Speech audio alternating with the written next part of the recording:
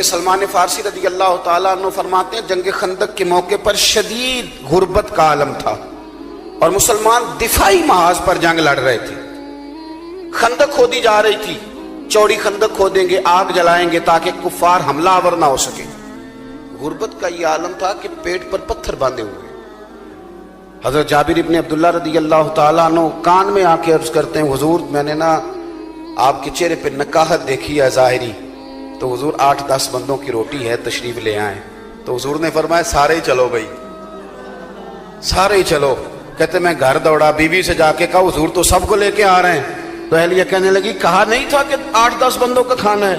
کہنے لگے میں نے کہا تجھے تیری ماں روئے کہا تھا، پر حضور نے اعلان کر دیا سارے چلو. تو فرمانے لگی بس ٹھیک ہے، اگر حضور نے اعلان کیا ہے تو اللہ رسول ہمیں رسوا نہیں ہونے دیں گے، پھر آپ آنے دیں. آپ کیفیت دیکھیے، خندق کھودی جا رہی ہے، غربت کا یہ عالم ہے، بھوک کا یہ عالم ہے. بظاہر اسلام پر جو غربت ہے کہ پیٹ پہ پتھر باندھے ہوئے ہیں. ایک چٹان آ گئی، ٹوٹتی نہیں صحابہ سے. میں علماء سے تو میں نے شروع میں کہہ دیا میرا خطاب ہی نہیں، طالب علموں سے، دینی طالب علموں سے یاد رکھنا مسجد میں خطبہ دینا بھی بڑی شان کی بات ہے، لیکن مسجد کمیٹی والوں کی نہیں ہوتی، مسجد اللہ کی ہوتی ہے. رب کا گھر سمجھ کے کبھی جھاڑو دے نا تو بخاری میں وہ حدیث بھی ملتی ہے کہ جو بوڑھی جھاڑو دیتی تھی اور وصال کر گئی، صحابہ نے بتایا نہیں تو اللہ کے رسول نے قبر پہ کھڑے ہو کے دوبارہ جنازہ پڑھا تھا. اٹھ فریدہ ستے ہاتھ جھاڑو دے مسیت، تو ستے تے رب جاگدا تیری ڈاڈے نال پرید. لیکن اگر نبی کریم سارے کام دستے مبارک سے کر لیتے ہیں، یہ بھی سنت حضور نے ہمارے لیے چھوڑی ہے. چٹان نہیں ٹوٹ رہی تو فرمایا میرے ہاتھ میں لاؤ نا تھوڑا، مجھے دو نا کدال، لاؤ میں توڑتا ہوں. حضور اترے. اب جوان میری بات پہ غور کریں گے. حال یہ ہے کہ پیٹ پہ پتھر بندھے ہوئے ہیں، کیفیت یہ ہے کہ کئی دنوں سے کھانا نہیں کھایا، جنگ دفاعی لڑی جا رہی ہے. پر حضور اترے چٹان توڑنے کو، اور جب پہلی ضرب لگائی نا، جو چٹان صحابہ سے نہیں ٹوٹ رہی تھی، پہلی ضرب لگائی. ابھی مدینہ بھی فتح نہیں ہوا، مکہ بھی فتح نہیں ہوا، ابھی قریب قریب کے علاقے بھی فتح نہیں ہوئے، لیکن ایک چٹان پہ ضرب لگائی حضور نے. صحابہ کہتے ہیں کہ وہ تھوڑی سی ٹوٹی تو نعرہ پتہ کیا حضور نے لگایا، فتح ابھی مکہ بھی نہیں ہوا، لیکن یہ ولولہ دینے کا انداز میرے نبی کریم کا. ایک ضرب لگائی تو فرمایا لو بھائی اللہ نے ملک شام کی کنجیاں ہمیں عطا کر دی. دوسری ضرب لگائی تو فرمایا لو بھی روم بھی فتح ہو گیا. تیسری ضرب لگائی تو فرمایا لو دیکھ لو بھی اللہ تعالیٰ نے یمن بھی دے دیا، ایران بھی دے دیا. حضرت ابو ہریرہ کہتے ہیں وہ اعلان وہاں ہوا تھا. کسی صحابی کو میں نے ایک دوسرے کے کان میں یہ کہتے نہیں دیکھا کہ ابھی تو مکہ بھی نہیں فتح ہوا. کسی نے ایک دوسرے سے پوچھا نہیں کہ یہ پیشگوئی کب پوری ہوگی. حضور نے وصال ظاہری فرمایا. جناب ابو بکر صدیق کا وصال ہوا، خلافت کی تکمیل پر حضرت عمر آئے، اور جب روم کی، ایران کی، یمن کی کنجیاں آ رہی تھیں تو حضرت ابو ہریرہ فرماتے ہیں میں دیکھ دیکھ کے رو رہا تھا. لوگ کہہ رہے تھے کہ وہ چابیاں آ گئی، ملک فتح ہو گیا، اور مجھے وہ خندق کے اندر ضربیں لگاتے مدینے والے محبوب کی باتیں یاد آ رہی. بھائی آپ آگے تو بڑھیں، آگے تو بڑھیں. یہ زندگی کے اندر ٹھہر جانا، مایوس رہنا، میں کر کچھ نہیں سکتا، ہو کچھ نہیں سکتا. حضور مفتی اعظم ہند شہزادہ اعلیٰ حضرت مولانا مصطفیٰ رضا خان صاحب رحمۃ اللہ علیہ کے سامنے تقریر کرتے کرتے کسی خطیب نے کہہ دیا مسلمان بڑے بد نصیب ہیں، آج پستی میں چلے گئے. تو حضرت فرمانے لگے مولانا ٹھہر جاؤ، جو مسلمان ہوتا ہے وہی تو خوش نصیب ہوتا ہے. جس کو حضور کا کلمہ پڑھنے کی توفیق نصیب ہے وہ بد نصیب ہے. وہ تو کنتم خیر امت ان میں داخل ہے. اور آپ نے یہ کیا کہہ دیا، ان کو خوش کریں، خوشخبری دیں. اس لیے نبی پاک صلی اللہ علیہ وسلم نے حضرت سیدنا معاذ ابن جبل رضی اللہ تعالیٰ عنہ کو یمن بھیجتے ہوئے کہا تھا لوگوں کو خوشخبریاں دینا، مایوس نہ کرنا. تھوڑا سا اپنے اندر یہ شوق پیدا کریں آگے بڑھنے کا. ایک تیسری بات آپ کی خدمت میں عرض کرنی ہے، پھر بات کو سمیٹتا ہوں. خودداری نہ حسن ہے زندگی کا، خودداری شخصیت کا وقار ہے. اللہ کے پیارے رسول صلی اللہ تعالیٰ علیہ وسلم نے نا اپنی امت کو لوگوں کے سامنے ہاتھ پھیلانا امت کا پسند نہیں کیا. ترمذی شریف میں حضرت انس بن مالک رضی اللہ تعالیٰ عنہ کی حدیث موجود ہے. حضور نے فرمایا اپنے دکھ دنیا داروں سے نہ کہنا، نوابوں سیٹھوں سے.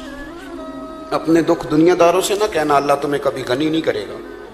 فرمایا اپنے دکھ اپنے رب کی بارگاہ میں بیان کرنا، جلدی یا دیر سے اللہ تمہیں ساری دنیا سے بے نیاز کر دے گا. خودداری تھوڑی سی نہ زندگی میں پیدا کریں. کچھ بھی نہیں ہے، کچھ بھی نہیں ہے. یہ جو ہم سمجھتے ہیں نا کہ شاید وہ فلاں سیٹھ صاحب ناراض ہو گئے تو خدا جانے کیا بنے گا، کچھ بھی نہیں بنے گا. جتنے جتنے لوگ سیٹھ ہوتے جاتے ہیں، عہدوں پہ جاتے ہیں، اتنے اتنے تو بیچارے کانپنے لگتے ہیں. یہ جتنی کرسیوں پہ حکومتیں کھڑی ہوتی ہیں، ایک نہ ایک پایا ہل ہی رہا ہوتا ہے. یہ بیچارے پریشان ہی رہتے ہیں. خودداری جوانوں کے لیے بڑی ضروری ہے. ہمارے بچے آنے والی نسل سہارے ڈھونڈنے لگی ہے. کہتے ہیں وہ میری لندن والی کبھی پھپھو مہربان ہو گئی تو کام بن گیا. امریکہ والا ماموں اگر کبھی رشتہ داری کر لے تو پھر خواب دیکھتے ہیں بچے کہ سویرے اٹھوں تو پیسوں کا توڑا میرے چارپائی کے نیچے پڑا ہوا ہو. اس طرح نہیں ہوتا. آپ خودداری کے ساتھ جینا سیکھیں، خودداری کے ساتھ. حضرت ابو ہریرہ رضی اللہ تعالیٰ عنہ فرماتے ہیں ایک شخص نے آ کے کشکول طلب دراز کیا، اور کہاں دراز کیا؟ جہاں سے کبھی کوئی خالی گیا ہی نہیں. سرور کائنات کی بارگاہ میں ہر ایک کو ملتا ہے. کون دیتا ہے دینے کو منہ چاہیے، دینے والا ہے سچا ہمارا. کشکول آگے کیا، حضور کچھ دیجئے. توجہ ہے میری بات پر؟ حضور نے فرمایا کیوں مانگتے ہو، تمہارے پاس کچھ نہیں؟ عرض کی حضور ایک پیالہ، ایک کمبل. ہے کوئی اتنا غریب اس محفل میں بیٹھا ہوا؟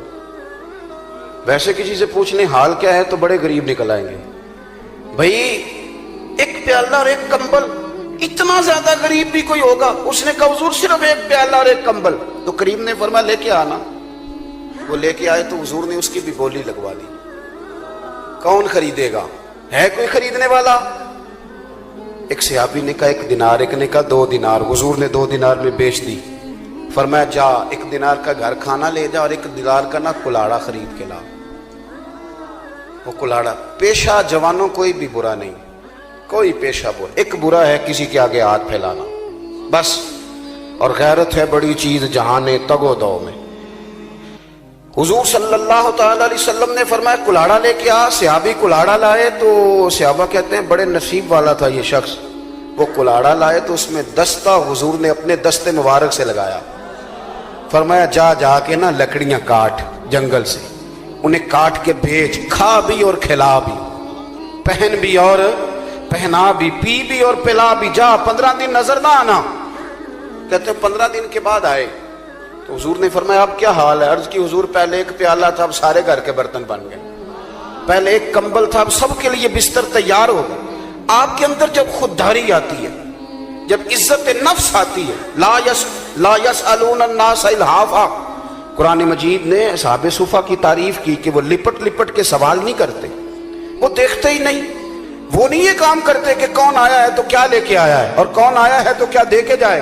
یہ مزاج نہیں. حاتم طائی سے کسی نے پوچھا تھا کہ اپنے سے سخی بندہ بھی کبھی دیکھا ہے؟ اس نے کہا دیکھا ہے. کہا کب؟ کہنے لگے میں نے ایک دفعہ سارے شہر کی دعوت پکائی تھی. میرا خود ہی ارادہ بنا کہ میں ذرا دیکھوں کوئی رہ تو نہیں گیا. چہرے پہ نقاب ڈال کے تو میں نکلا. سارے شہر میں دیکھا کہ ہر شخص آ گیا ہے پر ایک بوڑھا جنگل میں لکڑیاں کاٹ رہا ہے. میں نے اس شخص سے کہا کہ میاں آپ کو دعوت میں نہیں بلایا حاتم طائی نے؟ تو کہتے ہیں بابے نے بڑی انوکھی بات کی. کہنے لگا پتر بلایا تھا پر مجھے نا اپنے ہاتھوں کی کمائی کا چسکا لگ گیا ہے. ہاتھوں کی کمائی کا. میں آپ کو یقین سے عرض کروں، دعوتوں میں لوگ، شادیوں میں لوگ اتنے مزے سے روٹی نہیں کھاتے. میں نے ایک دفعہ اپنے ابا جی سے پوچھا آپ کو پسند کیا ہے؟ کہنے لگے پتر جی تو بھوک لگی ہوئے تو ہر شاہی پسند ہے، پھر تو چٹنی بھی بڑی پسند ہے، تو نہ لگی ہوئے تو پھر نخرا ہی ہے، پھر یہ ہے کہ جو بھی پکا ہے اس میں نقص ہی ہے. وہ کہنے لگا جی مجھے اپنے ہاتھ کی کمائی کا نا چسکا لگ گیا ہے، اب مجھے دعوتوں میں زیادہ لطف نہیں آتا تو میں اس لیے نہیں گیا. حاتم طائی کہتے ہیں میں واپس لوٹنے لگا تو اس نے آواز دی. اس نے کہا پتر آپ دعوت پہ جا رہے ہو؟ میں نے کہا ہاں. تو کہنے لگا یہ 5 دینار میرے بھی لے جا. حاتم طائی کو تو ضرورت نہیں تو لنگر پکانے والے کو دے دینا، بڑے بڑے اچھے لوگوں نے کھانا کھانا ہے، چلو میرا بھی حصہ پڑ جائے گا. حاتم طائی کہتے ہیں میں گھوڑے سے نیچے اترا، بابا جی کا ہاتھ تھام کے میں نے کہا بابا میں تو مالدار ہو کے سخی ہونا، تو غریب ہو کے بڑا سخی ہے. وہ کیا کہتے ہیں درویش، مالاں والے سخی نہیں ہوندے،